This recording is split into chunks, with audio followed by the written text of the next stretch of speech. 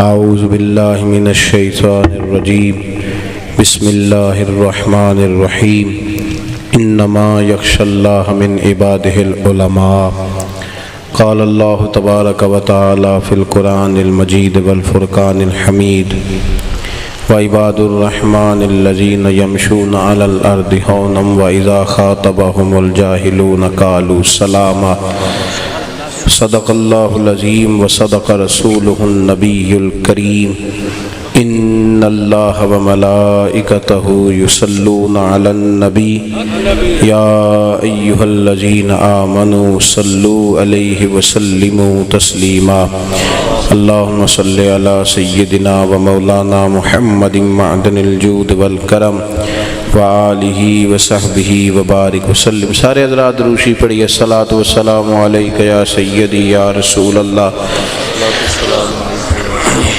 وعلی آلک واصحابک یا سیدی یا حبیب اللہ۔ حمد و صلاۃ کے بعد ذی احترام عالی مرتبت علماء کرام، مشائخ اعظام، سادات کرام، دوستو، بزرگ اور بھائیوں، حضرت قبلہ شیخ پیر اللہ بخش چشتی رحمۃ اللہ تعالی علیہ آپ کے عرس مقدس کی تقریبات ہیں۔ آپ کے صاحبزادگان نے اور آپ کے محبین عقیدت مندوں نے اس خوبصورت بزم کو سجایا ہے۔ اللہ تعالی ہم سب کو دین متین کے ساتھ اخلاص کی توفیق عطا فرمائے اور ہماری ان ساری کوششوں کو عقائد کی پختگی، اعمال کی درستگی اور ہمارے گناہوں کی معافی کا سبب بنائے۔ عزیز بھائیوں، اللہ کے نیک بندے، صوفیاء، اولیاء، علماء، یہ اس دھرتی کا حسن بھی ہیں اور اس امت کی فضیلت بھی ہیں۔ نبی کریم صلی اللہ تعالی علیہ وسلم آخری نبی ہیں۔ حضور علیہ السلام کے بعد کوئی نبی نہیں آئے گا۔ اب قیامت تک وہ فیضان جو نبی پاک علیہ السلام نے امت سے حاصل کیا ہے، وہ امت تک اولیاء اور علماء ہی پہنچائیں گے۔ امت کے اوپر بہت سارے کڑے وقت بھی آئے، بڑے بڑے کٹھن حالات بھی آئے، لیکن یہ اس امت کا اعزاز ہے کہ اللہ تعالیٰ نے اس امت میں اولیاء کو، صوفیاء کو، علماء کو، محدثین کو ہمیشہ موجود رکھا۔ آج ایک طبقہ ہے جو بعض اوقات یہ کہتا ہے کہ جناب ہم نہیں کسی صوفی کو مانتے، کسی اللہ والے کو ہم نہیں مانتے۔ وہ بنیادی طور پر اس تسلسل کا انکار کرتا ہے جو تسلسل 14 صدیوں میں اللہ تعالیٰ نے اس امت کو عطا فرمایا ہے۔ آپ یہ کہنا چاہ رہے ہیں کہ کسی دور میں کوئی اچھا بندہ ہوا ہی نہیں، یہاں تو حالات اتنے خراب ہو۔ میں ویسے آپ سے باتیں کرنے آیا تھا، آپ کے موبائل سے نہیں کرنے آیا تھا۔ صحیح بات یہ ہے، میرا دل تھا آپ مجھے دیکھیں گے، پر آپ تو موبائل دیکھ رہے ہیں۔ حد ہو گئی یار۔ نہیں جی نہیں، کچھ بنائیں، لیکن سارے یہی کام کریں گے تو میں کس سے بات کروں گا؟ کچھ بنا لیں، وہ باقیوں کو دے دیجئے کہ بھائی یہی حل ہوتا ہے مسئلے کا۔ لیکن یہ کہ سارے صحافی بن گئے تو باقی کام کس نے کرنے؟ اللہ آپ کو خوش رکھے۔ آپ تھوڑا سا مجھے موقع دیں، میں آپ سے بات کر رہا ہوں۔ اللہ تعالیٰ آپ کو جزائے خیر عطا فرمائے۔ مجھے کوئی دوست کہتا ہے نا جی ملاقات کرنی ہے آپ سے، تو میں کہتا ہوں فوٹو کے ساتھ کے بغیر فوٹو کے؟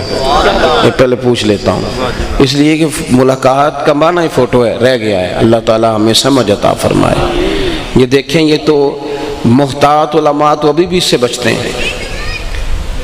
یہ تو بڑی مجبوری کے تحت اس کے لیے کوئی فتویٰ آیا تھا، پر جو حال ہم نے کر دیا ہے وہ تو یہ رنگ ہی نہیں تھا جو ہم جس چکر میں پڑ گئے۔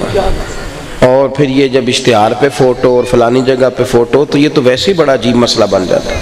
تھوڑی احتیاط کریں، جتنی بچا جا سکے اتنا بہتر ہے۔ اللہ سمجھ عطا فرمائے۔ آمین تو کہہ دیں، دعا میں تو شامل ہوا کریں نا، کون سا قسم لے رہے ہیں؟ اللہ ہمیں اس سے تھوڑا بچنے کی بھی توفیق عطا فرمائے۔ چلیں، آپ شکر ہے شامل ہوئے ہمارے ساتھ۔ یہ تسلسل ہے اس امت کے اندر کہ ہر دور میں نیک لوگ رہے، پرہیزگار لوگ رہے، اور یہ تسلسل امت نے تسلیم کیا۔ اب لوگ چار اگر کھڑے ہو جائیں اور وہ کہیں میں کسی صوفی کو نہیں مانتا، کسی درویش کو نہیں مانتا، تو پھر وہ آگے بڑھتے ہیں، پھر ہم نے ان کا یہ حال بھی دیکھا ہے کہ معاذ اللہ وہ صحابہ پر اہل بیت پر بھی زبانیں کھولنے لگتے ہیں، کیونکہ وہ تو تسلیم ہی نہیں کر رہے کسی کو۔ اس تسلسل کا کبھی انکار نہ کریں۔ اور نوجوان دوستو، کتب احادیث میں نہ ایک دو حدیث نہیں، پورا باب ہے، حدیث نہیں ایک دو، پورا باب ملے گا۔ اس باب کا عنوان یہ ہے کہ کسی سے نفرت کرو تو اللہ کے لیے، اور کسی سے محبت رکھو تو اللہ کی رضا کے لیے۔ یہ پورا باب ہے۔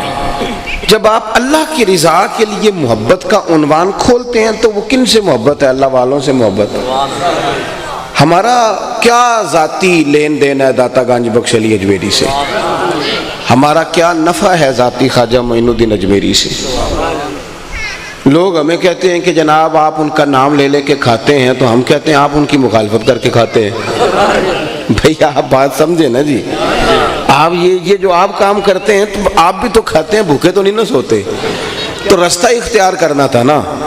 آپ نے بغض رکھ کے کھانا شروع کر لیا ہے، ہمارا نصیب ہے ہم نے پیار کر کے کھانا شروع کر لیا ہے۔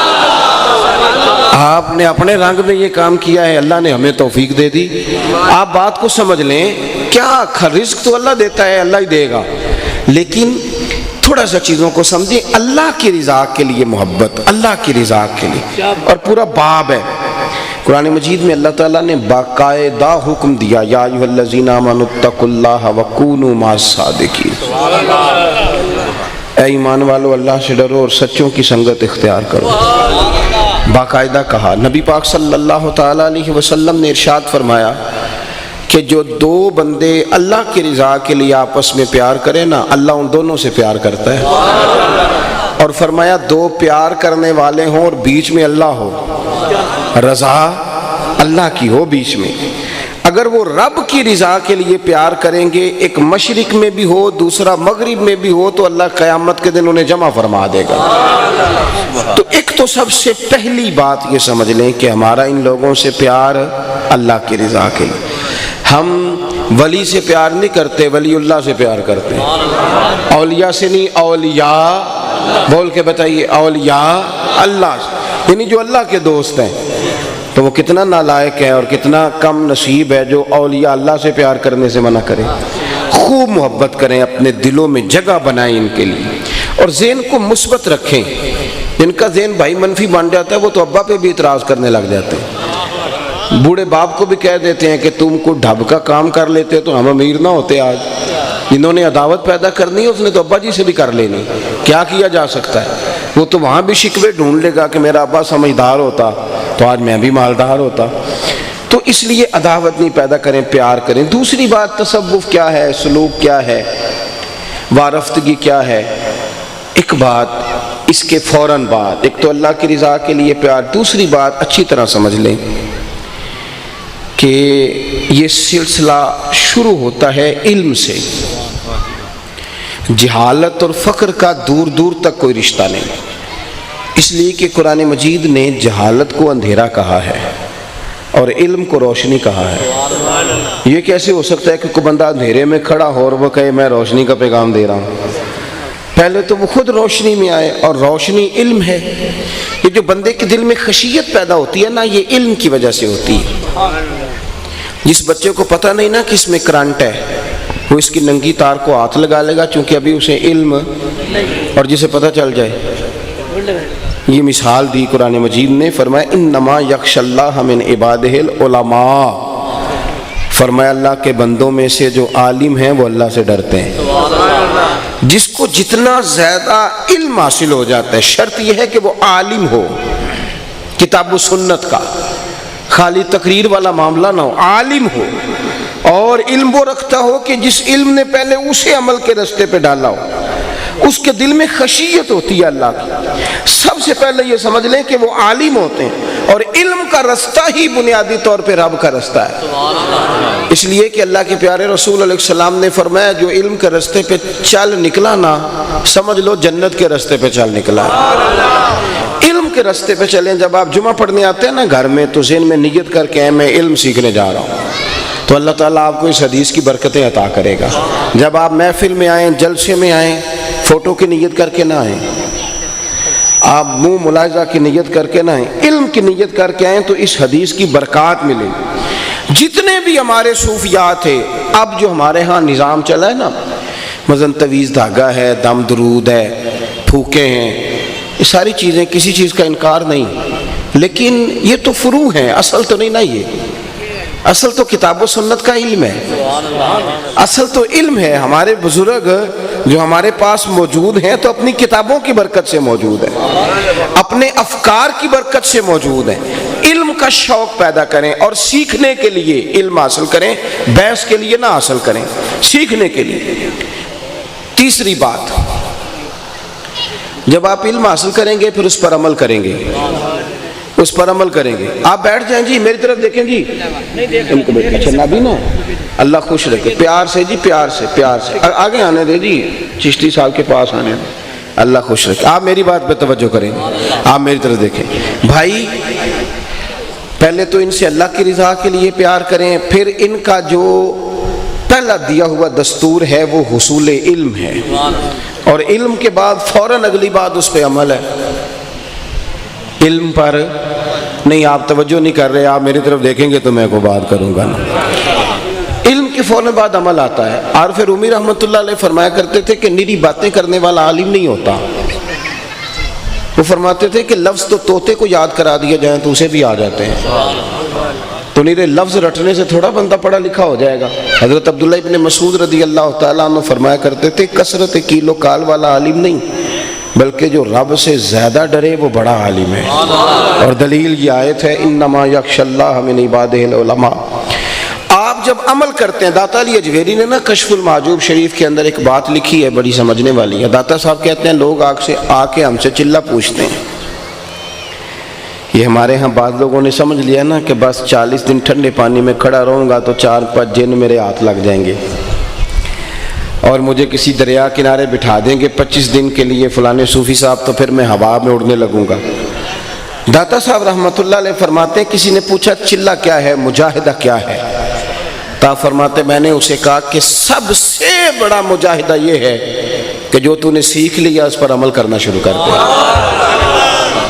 اور داتا صاحب کے یہ جملے ہیں کشف المحجوب میں، آپ فرماتے ہیں کہ لوگ آگ پہ چل لیتے ہیں لیکن اپنے علم پہ عمل نہیں کرتے۔ آگ کے انگاروں پہ کہو تو چل لیں گے، لیکن یہ مشکل کام ہے۔ اگر یہ عمل کریں، اور آپ نے حضرت باجزید بسطامی کا قول وہاں لکھا ہے، آپ فرماتے ہیں کہ شیخ باجزید بسطامی فرمایا کرتے تھے میں نے 30 سال تک مجاہدے کیے ہیں، بھوکا بھی رہا ہوں، روزے بھی رکھے ہیں، ساری رات عبادت بھی کی ہے، پر مجاہدوں میں سب سے مشکل مجاہدہ اپنے علم پہ عمل کرنا۔ جی تو کتنے لوگ ہیں جنہیں بڑی باتیں آتی، عوام میں بھی بڑے لوگ ہیں جو بڑے سیانے ہیں، بڑے سمجھدار ہیں، بڑے عقل مند ہیں، نماز کا ٹائم آتا ہے تو چھپتے پھرتے ہیں۔ سزا نہیں، یہ سزا نہیں۔ کتنی عظمت قرآن کی حدیثیں آئیں، فضیلت کی حدیثیں آئیں، کتنا زبردست بیان کرے، کتنی باتیں سنائے۔ عام آدمی میں بھی بہت سارے لوگ ہیں جو بڑے زبردست واعظین ہوتے ہیں، لیکن سویرے ایک رکوع بھی اللہ کی رضا کے لیے نہ پڑھ سکے۔ اتنی باتوں کے باوجود چند آیات کی تلاوت نہ کرنا سزا نہیں؟ تو علم پر عمل۔ میں ایک بزرگ کو پڑھ رہا تھا، امین بڑے نے جی انہا یوں پیسے لے کے، اللہ تو ان خوش رکھے، بیٹھے رہیں اور بات سنیں، اللہ آپ کو برکت دے۔ ایک بزرگ نے ایک عالم کو خلافت دی، انہوں نے خط لکھا کہ حضور آپ کا یہ غلام، ہمارے ہاں نا عاجزی کے بھی بڑے بڑے عجیب رنگ ہیں،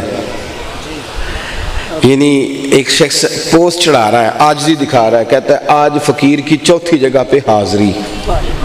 اب یہ ہے تو عاجزی والا جملہ ہی نا، اس نے یہ تو نہیں کہا کہ تشریف آوری، لیکن یہ جو 4تھی دفعہ حاضری کا ہے نا، یہ عاجزی نہیں ہے، یہ بتانا چاہتا ہے کہ مجھے آج 4 لوگوں نے بلایا ہے۔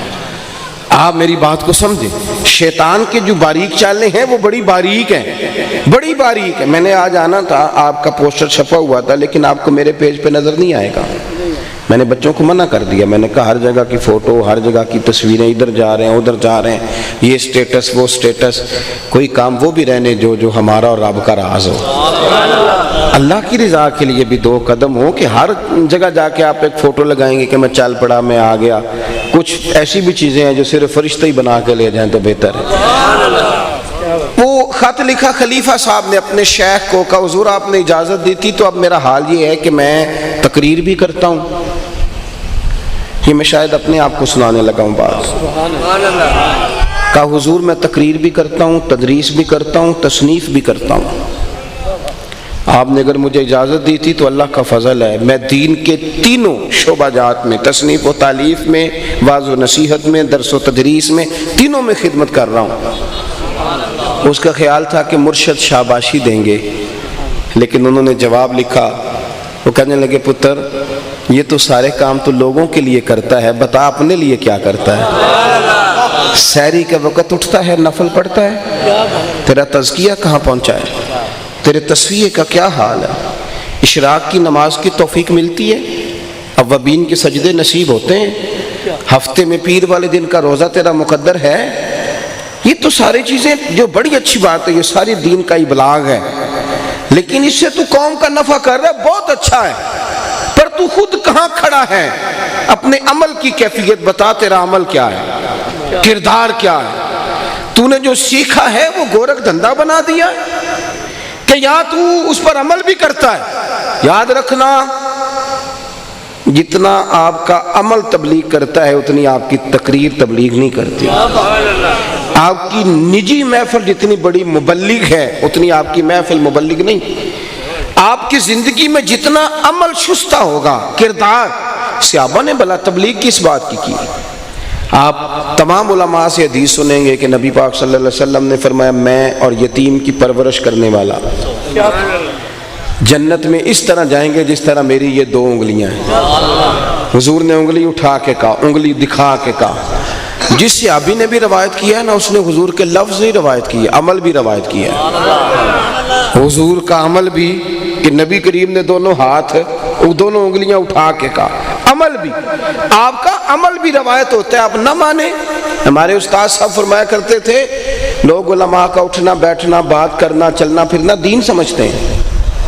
وہ کہتے ہیں مولوی صاحب کر رہے تھے، جائز تھا تو کرنا ہے، کیوں ان چیزوں میں لوگ الجھتے ہیں؟ یہ ہمارے بزرگوں کا کمال تھا جن کے ہم عرس منعقد کرتے ہیں کہ وہ لوگ نرے عالم نہیں تھے، وہ عامل بھی تھے، وہ اپنے علم پر عمل کرتے تھے۔ اعلیٰ حضرت بریلوی رحمۃ اللہ علیہ ایک دن فجر کی نماز میں لیٹ ہو گئے، وقت قریب آ گیا، اختتام کا 10 منٹ رہ گئے ہیں، نماز کا ٹائم ختم ہونے میں دیر سے جلدی سے وضو کر کے آئے تو کچھ خدام کہتے ہیں کہ ساری زندگی ان کا یہ طریقہ رہا کہ مسجد میں سیدھا قدم رکھتے تھے۔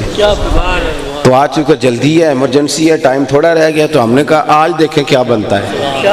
لیکن کہتے ہیں قربان جائیں، انہوں نے پہلے مسجد میں سیدھا قدم رکھا، جلدی بڑی تھی پر ترتیب کا یہ حسن تھا کہ مسجد میں سیدھا قدم اور پھر جس صف میں قدم رکھا اس میں سیدھا ہی رکھا، مصلی پہ گئے تو وہاں بھی قدم سیدھا ہی رکھا۔ فرماتے ہیں بعد میں کسی نے تعریف کی کہ حضور کیا بات ہے سنت کی پابندی کی؟ فرمانے لگے صرف تھوڑا خیال ہی تو کرنا پڑتا ہے، صرف عدم توجہ سے لوگ بہت ساری ادائیں چھوڑ جاتے ہیں، توجہ ہی تو کمال ہے۔ آپ نے جو سیکھا ہے اس پر، میں نے دوسری جگہ سے جو آیات تلاوت کی ہیں، رب فرماتے ہیں وَعِبَادُ الرَّحْمَنِ الَّذِينَ يَمْشُونَ عَلَى الْأَرْضِ هَوْنًا، جو رحمان کے بندے ہوتے ہیں نا، ان کے اندر پھر عاجزی آ جاتی ہے، یہ نہ پھر زمین پر عاجزی کے ساتھ چلتا ہے۔ رحمان کے بندے جو ہوئے، کوئی تصنع نہیں، کوئی بناوٹ نہیں، کوئی کہانی نہیں، کوئی شعبدہ بازی نہیں، کوئی چکر نہیں، کوئی کھاتا نہیں، کوئی علامہ صاحب کے نعرے نہیں، کوئی پیر صاحب کی خوشامد نہیں، کوئی فلانے شیخ کسی چیز کو پسند ہی نہیں کرتے، بلکہ کہتے ہیں اٹھ بلیا چلو تھے وسیعے، اٹھ بلیا چلو تھے وسیعے، جتھے وس دینی سارے انے، نہ کوئی ساڈی ذات پچھانے نہ کوئی سانو منے۔ جب تک آپ کے مزاج میں عاجزی نہیں آتی، طبیعت میں، ایک ہوتا ہے کہ آپ کی اداؤں میں عاجزی ہے، وہ تو لوگ اپنا کام نکالنے کے لیے بھی کئی دفعہ تعریف کر لیتے ہیں، اپنا کام نکالنے کے لیے بڑے بڑے القابات بیان کر لیتے ہیں۔ لفظوں کی عاجزی اور آپ کی اداؤں کی عاجزی اور ہوتی ہے، اور آپ کے دل میں کتنی عاجزی ہے یہ رنگ اور ہوتا ہے۔ اپنی زندگی کے اندر طبیعت کے اندر اللہ کے بندے آج حضرت عمر بن عبدالعزیز رحمۃ اللہ علیہ فقیر بھی تھے، درویش بھی تھے، بادشاہ بھی تھے. اللہ نے بہت ساری آپ کو صفات، کمالات، عظمتوں سے نوازا تھا. اور پھر یہ بھی کمال دیکھیے کہ 39 سال عمر پائی حضرت عمر بن عبدالعزیز نے. کتنی؟ ایک کم. ہم تو سمجھدار ہی نہیں ہوتے 40 سال سے پہلے، کہتے ہیں جیتے بال ہیں. 39 سال ٹوٹل عمر ہوئی اور ساری دنیا میں انقلاب برپا کر کے رکھ دیا. یہ لوگ نا، ان میں کوئی بناؤ نہیں، کوئی تصنع نہیں، کوئی رنگ نہیں بھرتے اپنی. یہ جو ہوتے ہیں نا وہ اصل ہوتے ہیں. ان کو کچھ کر کے نہیں دکھانا پڑتا. یہ ان کا کمال ہوتا ہے اللہ کے بندوں. ظاہر اور باطن دونوں ایک. حضرت عمر بن عبدالعزیز رحمۃ اللہ علیہ کو ایک خادم دیا گیا تھا رات کو ان کی خدمت کے لیے. شورا کے فیصلے سے وہ آپ کی خدمت میں رہتا تھا. رات کو نا اچانک چراغ بجھ گیا. وہ خادم بیٹھا ہوا تھا. اب رات ہی ہوتی ہے، یہ گرا ہی لیتی ہے بندے کو. بڑے شب زندہ دار بھی جا کے کہیں سحری کے وقت گرنے لگتے ہیں. انسان مشکل ہے ساری رات بیدار رہنا. تو وہ سو گیا خادم. اب چراغ دوبارہ روشن کرنا تھا. کچھ سرکاری مہمان بیٹھے تھے، بات چیت ہو رہی تھی. وہ بیٹھا بیٹھا سو گیا. ہمارا نا مسئلہ ہے میری طرح کے لوگوں، پیر صاحب اپنا جوتا خود اٹھا لیں تو لگتا ہے توہین ہوگی پیر صاحب کی. علامہ صاحب کبھی بازار سے سودے والا شاپر خود اٹھا کے لا لیں، لگتا ہے کہ وہ بگڑ جائیں گے، کہ مطلب میں ان شاپر چاہ. اتنا بڑا مسئلہ. سیٹھ صاحب اپنی گاڑی کا دروازہ خود، میں نے دیکھا ہے کہ اتنی لوگوں نے اپنے اوپر ہی مصیبت کھڑی کر لی ہے کہ ڈرائیور پہلے گاڑی کھڑی کرے گا، پھر وہ اتر کے آگے دوسری سائڈ سے دروازہ بند کرے گا. تو بھئی اگر یہ آپ کے منہ میں لقمے بھی ڈال دے تو چبانا تو آپ کو خود ہی پڑے گا. وہ تو یہ نہیں چبا کے دے سکتا. تو کس مصیبت میں آپ نے اپنے آپ کو ڈالا ہوا ہے، کتنی کو آپ اپنے آپ کو تکلیف میں مبتلا کریں گے. یہ سارے دھوکے ہیں جن میں بندہ اپنے آپ کو مبتلا کرتا ہے تو وہ پریشان ہوتا ہے. روٹین کی زندگی بتائیں، روٹین کی. یہ ہمارے صوفیاء کا پیغام ہے. وہ جھونپڑیوں میں بھی رہتے تھے، سڑکوں پہ بھی رہتے تھے، سادے رہتے تھے، اون کا لباس پہنتے تھے، عام لوگوں کے بیچ اٹھتے بیٹھتے تھے، انہیں تلاش نہیں کرنا پڑتا تھا، سادے لوگ تھے. عاجزی اللہ نے ان کے مزاجوں میں رکھی تھی، عمل والی زندگی وہ گزارتے تھے. حضرت عمر بن عبدالعزیز رحمۃ اللہ تعالی علیہ، وہ خادم سو گیا تو اب چونکہ بات چیت کرنی تھی، چراغ گل ہو گیا. خود اٹھے جا کے نا تو چراغ روشن کیا. اب لوگ کہتے ہیں نا کہ جناب چوکیدار کسی، آپ تشریف رکھیں جی، آپ بیٹھ جائیں، اللہ آپ کو خوش رکھے. ہو گئے پیسے جی، تشریف لے لیں گے تھوڑے کولوں، بیٹھ جاؤ. اللہ تھوڑا بھلا کرے جی، اللہ تمہیں خوش رکھے. پہلے تسی بندیاں نوں پیسے دادی کردے ہو، پھر غیبتاں کردے ہو کہ مولوی پیسے منگدے ہیں. اس چکر میں ڈالتے کیوں ہو؟ اللہ آپ کو خوش رکھے. اگر بغیر پیسوں سے کوئی کام چل رہا ہے تو اسے چلنے دو. اللہ آپ کو جزائے خیر عطا فرمائے. اللہ تعالیٰ، ہمارے بزرگ فرمایا کرتے تھے کہ بندہ پیسے دیتا تو وہ کہتے تھے کہ یار میرے خرچے کے مطابق، میری ضرورت کے مطابق خرچہ ہے، کم پڑ جائے گا تو دیکھ لیں گے. تو ابھی کام چل جو رہا ہے تو چلنے دو. اللہ تعالیٰ آپ کو جزائے خیر عطا فرمائے.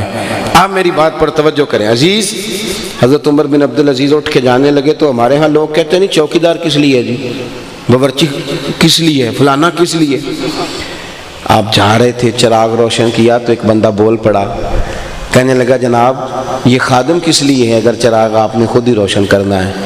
تو ایک جملہ ہے جو انسانی تربیت کے لیے بڑا اہم ہے. جناب عمر بن عبدالعزیز فرمانے لگے جب میں چراغ روشن کرنے اٹھا تھا پھر بھی عمر بن عبدالعزیز ہی تھا، اور چراغ جلا کے واپس آیا ہوں تو پھر بھی عمر بن عبدالعزیز ہی ہوں. کیا فرق تم نے محسوس کیا ہے میری شان میں؟ وہ وہی تو ہوں. کیا اللہ کے بندے عمل کرتے ہیں زندگی میں، نری باتیں نہیں. ایسا نہیں کہ ان کی تقریر لمبی اور نماز چھوٹی، ان کی میٹنگ وسیع اور درود شریف سے فارغ. اپنی زندگی عمل والی ان لوگوں نے گزاری. چوتھی بات یہ تھی کہ ان کے عمل میں اخلاص ہوتا تھا. عمل میں اخلاص ہوتا تھا. 50 سال زندگی کے حضرت خواجہ غریب نواز رحمۃ اللہ علیہ نے عبادت میں گزارے. آج یہ تاریخ پڑھ لیں آپ، خواجہ صاحب کے حالات پہ چھپی ہوئی کوئی کتاب اٹھا کے دیکھ لیں،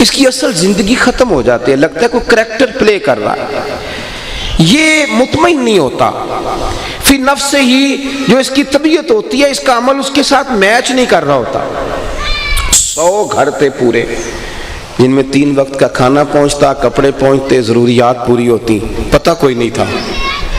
رات ایک نقاب پوش آتا ہے جو رکھ جاتا ہے، خبر کوئی نہیں تھی۔ پھر 18 محرم کو یا 26 محرم کو سیدنا امام زین العابدین کا انتقال ہوا۔ حضرت امام زین العابدین رضی اللہ تعالیٰ عنہ کا وصال ہو گیا تو کھانا آنا بند ہوا، ان گھروں میں کپڑے پہنچنے بند ہوئے۔ اب آہستہ آہستہ لوگ ایک دوسرے سے پوچھنے لگے کہ یہ معاملہ کیا ہے، کیسا ہے، پتہ تو کرو۔ تو پھر جب ایک دوسرے سے کڑیاں ملائیں تو پتہ چلا یہ 18 محرم کو ایک جنازہ اٹھا تھا۔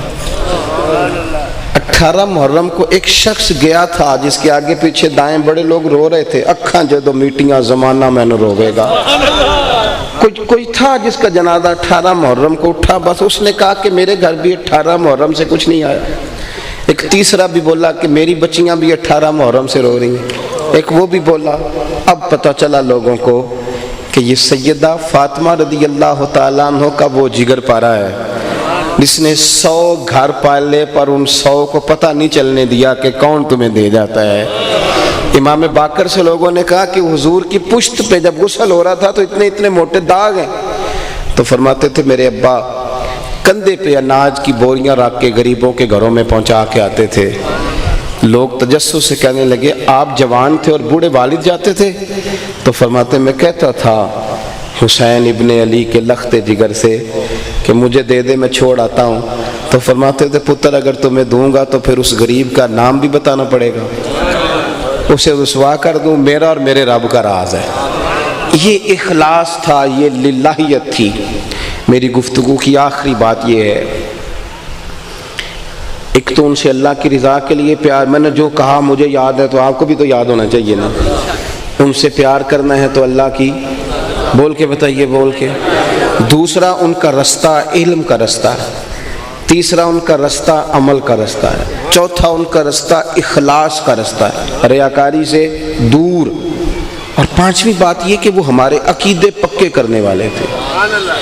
یہ دور کمزوری کا دور ہے، بالخصوص جوان آدمی جو ہمارے زمانے میں جو لوگ بڑے ہوئے ہیں، جنہوں نے ہر جگہ لوگوں کو لڑتے ہی دیکھا ہے، ہر جگہ انہوں نے ٹی ویوں پہ سیاستدان لڑتے دیکھے ہیں، انہوں نے موبائلوں پہ مولوی لڑتے دیکھے ہیں، انہوں نے آستانوں پہ پیر ایک دوسرے سے لڑتے دیکھے ہیں، سگے بھائی ایک دوسرے سے گدی کے لیے لڑتے دیکھے ہیں۔ نئی نسل کمزور پڑ گئی ہے۔ میں مقدمہ پیش کر رہا ہوں اپنی ملت کے جوانوں کا، وہ پوچھتے ہیں کہ صاحب ہمیں تو بتاؤ نا صحیح کون ہے غلط کون ہے۔ جو سچا سٹیج ہے اہل حق کا، اس پر بھی جب لڑائیاں ہوتی ہیں تو پھر قوم تقسیم ہوتی ہے کہ یار پتہ تو چلے جانا کدھر ہے، رستے کا تعین تو کرو، آخر ٹھیک کون ہے، کوئی کرائیٹیریا بناؤ، کوئی ایسی بات طے کر دو کہ یہ کسوٹی ہے جس کے سے پرکھ کر لوگ گزریں گے۔ اور پھر وہ بیچارہ تھکا ماندہ چلا گیا، اس نے کہا سیاستدان بھی جھوٹے تھے، فلانی جگہ بھی رٹا تھا، کسی درویش کے پاس جا کے بیٹھتا ہوں، اس سے جا کے کہا بابا ذرا دیکھنا میں پریشان کیوں ہوں، تو بابا کہتے تجھے کالا جادو ہو گیا ہے، تیرے اپنے نے کرا دیا، وہ اور ڈبل مائنڈڈ ہو گیا، اللہ جانے کون اپنا ہے، کس چکر میں ڈال دیا قوم کو، کدھر جائے یہ بچہ، کس کے سامنے مقدمہ لڑے، یہ کس کو۔ میں برطانیہ کی ایک یونیورسٹی ایک ادارے سے چھوٹا سا وزٹ کر کے باہر نکل رہا تھا تو ایک نوجوان نے میرا پیچھے سے پلو پکڑ کے تھام لیا، کہنے لگا مولانا میں آپ سمیت کسی کو بھی دیکھتا ہوں تو تنقید کی نظر سے دیکھتا ہوں، کچھ چیزیں مجھے آپ کی اچھی لگی ہیں، ساری نہیں، ایک سوال کر لوں ذرا ترچھا سا ہے۔ میں نے کہا پوچھو، کہنے لگا یہ بتاؤ کہ مولوی کب تک طے کر لیں گے کہ صحیح کیا ہے، آپ یہ مجھے بتا دیں، آپ طے کر دیں تاکہ ہم، یہ ایک سوال ہے، اس پر ضرور اہل علم کو، اہل محبت کو توجہ کرنا۔ کل تک جن بزرگوں پر ہم پوری طور پہ متفق تھے، ہم داتا صاحب پہ متفق تھے، ہم غوث پاک جیلانی پر متفق تھے، ہم اعلیٰ حضرت بریلوی پر متفق تھے، پھر پھر آج ہمیں کیا ہو گیا ہے؟ ہم حضرت پیر مہر علی شاہ پہ متفق تھے، پھر کیا ہوا آج کوئی نئی سے نئی بات کرتا ہے، نئی سے نئی؟ کیوں ایسی تقسیم کی جاتی ہے کہ جو آنے والی نسل کو مزید ایک ذہنی انتشار کا سبب پیدا کرے؟ ہمارے بزرگوں نے ہمیں پکے عقیدے، پکے اعلیٰ حضرت کے زمانے میں لوگوں نے کہنا شروع کر دیا تھا کہ پتہ نہیں حضور کو علم کتنا ہے، پتہ نہیں حضور اپنی قبر میں معاذ اللہ حیات ہیں کہ نہیں، حضور کا خیال آئے تو پتہ نہیں نماز ہوتی ہے کہ نہیں۔ تو فاضل بریلوی نے پکے عقیدے دیے، فرمایا اگر اختیار کی بات پوچھو تو وہ حبیب ہیں، اگر شریک ہو تو پھر تو آدھا آدھا ہوتا ہے نا، اور محب محبوب ہوں تو جو محب کا وہ محبوب کا۔ فرمانے لگے میں تو مالک ہی کہوں گا، کیونکہ ہو مالک کے حبیب، یعنی محبوب و محب میں نہیں میرا تیرا۔ اور بڑے دلائل دیے کہ کہنے لگے کیوں لوگوں کو پریشان کرتے ہو؟ ایک گنبد خضرا ہی تو ہے جہاں جا کے ماڑے دکھ سنا لیتے ہیں، وہاں بھی شک پیدا کر رہے ہو کہ حیات ہیں کہ نہیں؟ دو قسمیں اٹھا کے کہنے لگے کسی بیوقوف کی بات میں نہ آنا، تو زندہ ہے واللہ، تو زندہ ہے واللہ، تو زندہ ہے واللہ، تو زندہ ہے واللہ، بس میرے چشم عالم سے چھپ جانے والا۔ اور پھر کہنے لگے لب واہ ہیں، آنکھیں بند ہیں، پھیلی ہیں جھولیاں، کتنی مزے کی بھیک تیرے پاک در کی ہے۔ لب واہ ہیں، آنکھیں بند ہیں، پھیلی ہیں جھولیاں۔ اور پھر کہنے لگے یا رسول اللہ اندھیرا بڑا سخت ہے، دھوپ بڑی کڑی ہے، ہمیں نہ مہربانی کریں آپ اپنی تجلی دیں تاکہ عقیدہ پکا رہے۔ کہنے لگے کہ ماہ مدینہ اپنی تجلی عطا کرے، اے ماہ مدینہ ہمیں اپنی تجلی عطا کرے، یہ گھٹتی بڑھتی چاندنی تو پہر دو پہر کی ہے، یہ تو پیر دو پیر رہے گی، ہمیں اپنی۔ پھر فاضل بریلوی کہتے ہیں تم نے کہا تھا کہ خیال آئے تو نماز ہوتی ہے کہ نہیں، ہم سے پوچھو جب تک مدینے والے کا خیال نہ آئے نماز ہوتی ہی نہیں، ہم سے پوچھو جب تک ان کا خیال نہ آئے نماز ہوتی نہیں۔ مجھے کیا غرض تھی قیام کی، مجھے کیا خبر تھی سجود سے، وہ تو تیرے نقش پا کی تلاش تھی جو جھکا رہا میں نماز میں۔ اور پھر شاید اقبال نے بھی فاضل بریلوی سے یہ نظریہ لیا، اور اقبال بھی بول کے کہنے لگے ازاں تو ازل سے تیرے عشق کا ترانہ بنی، اور نماز تو اس کے نظارے کا ایک بہانہ بنی۔ اور حضرت بلال حبشی رضی اللہ تعالیٰ عنہ کو مخاطب کر کے علامہ اقبال کہتے ہیں ادائے دید سراپا نیاز تھی تیری، اے بلال ادائے دید سراپا نیاز تھی تیری، بس کسی کو دیکھتے رہنا نماز تھی تیری، بس کسی کو دیکھتے رہنا۔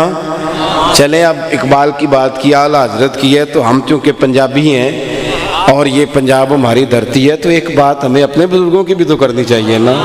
وہ کہتے ہیں نماز پڑھا کہ میں تین وال ویکھا، او مینو کعبہ بھول گیا آئی، بھول گئی نی سب سوم صلاتاں ایکو یار دا فکر پہ آئی۔ پکے عقیدے۔ داتا گنج بخش علی اجویری رحمۃ اللہ علیہ فرماتے ہیں کہ قحط پڑ گیا تھا ملک میں، شہر میں، ہر آدمی پریشان تھا۔ لیکن بزرگ نظریات کی کتنی پختگی دیتے ہیں، کہتے ہیں کہ قحط پڑ گیا،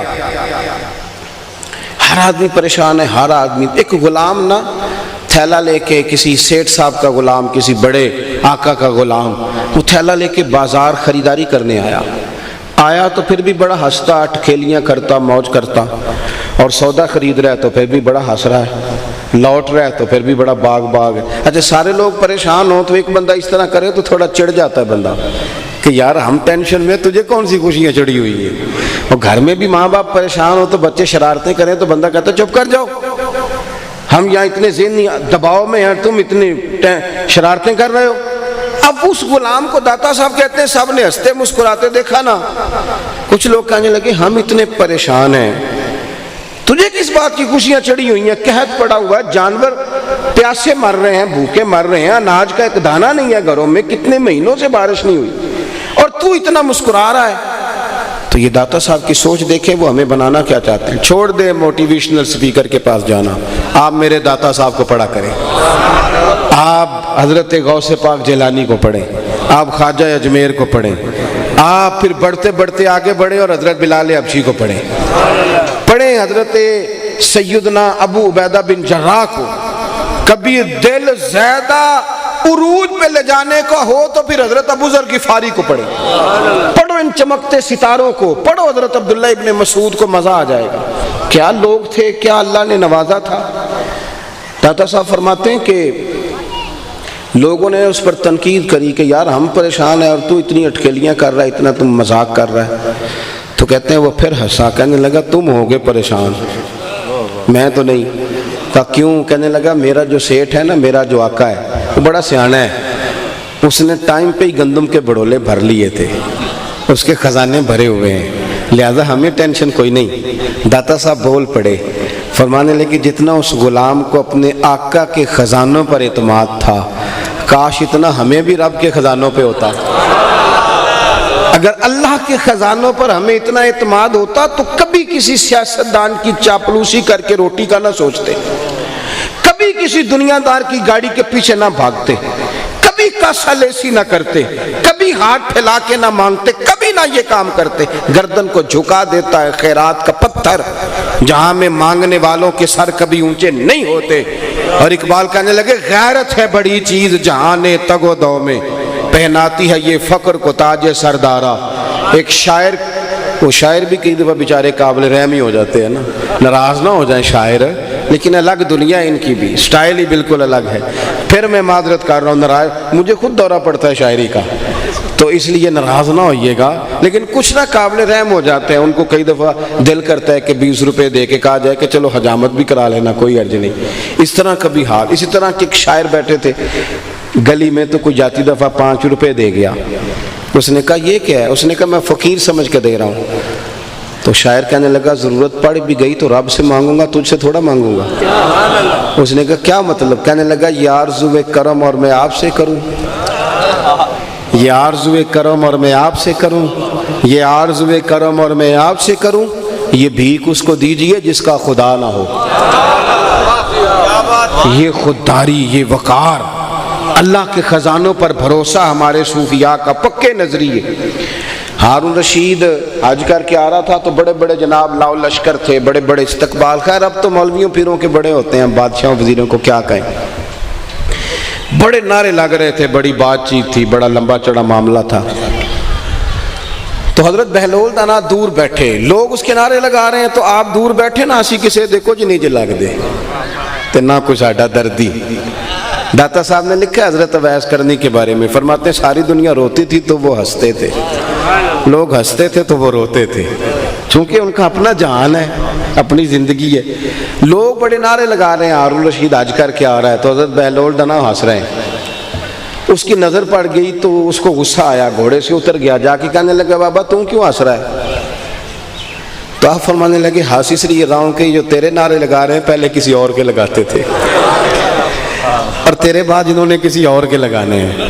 کیسے پاگل ہو، تمہیں پتہ بھی سارا ہے، پھر بھی مست ہو ان کاموں میں، عجیب لوگ ہو۔ یہ کل تک کسی اور کے ساتھ تھے اور تیرے بعد یہ کسی اور کے ساتھ ہوں گے۔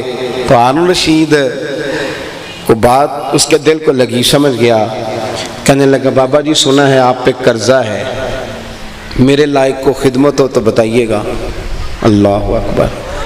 تو آپ فرمانے لگے تو بڑے بیوقوف ہے بھائی۔ کہ حضور کیا مطلب؟ فرمانے لگے یہ بتا تیرا رب کون ہے؟ کہنے لگا اللہ۔ تو فرمایا میرا کون ہے؟ کہا اللہ۔ تو آپ فرمانے لگے پھر یہ تو نہیں نہ ہو سکتا کہ اللہ ہارون رشید کو عطا کرے اور بہلول دانا کو بھول ہی جائے۔ جا اپنا کام کر، جب مانگنا ہوگا تو یوں جھولی پھیراؤں گا، عرش کا مالک اپنے خزانوں سے عطا فرمائے۔ جا اپنا، یہ پکے عقیدے۔ تو یہ چند گزارشات عرس کے تعلق سے آپ کی، پھر ایک دفعہ ساری بات کو سمجھ لیں۔